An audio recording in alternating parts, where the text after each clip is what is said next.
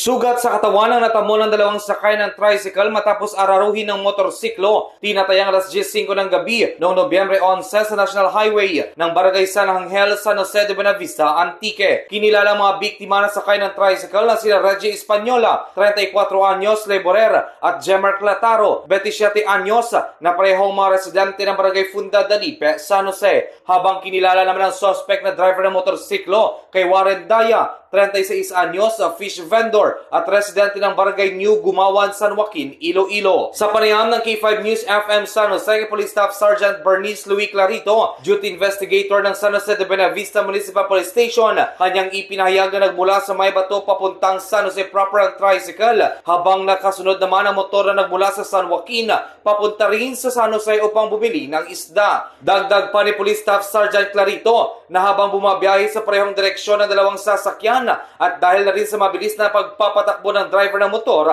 na nasa impluwensya rin ng nakakalasing na inumin, walang ano-ano ay inararo nito ang likod na parte ng tricycle, rason na bumaliktad ito at tumilapon ang mga sakay ng tricycle at driver ng motor. Balita mula sa probinsya ng Antique, K5 Jojen, Kabatingan, Murillo. Para sa Kampiyon na Balita, Serbisyo Publiko at Kasiyahan sa Antique, ang kampiyon na istasyon, K5 News FM.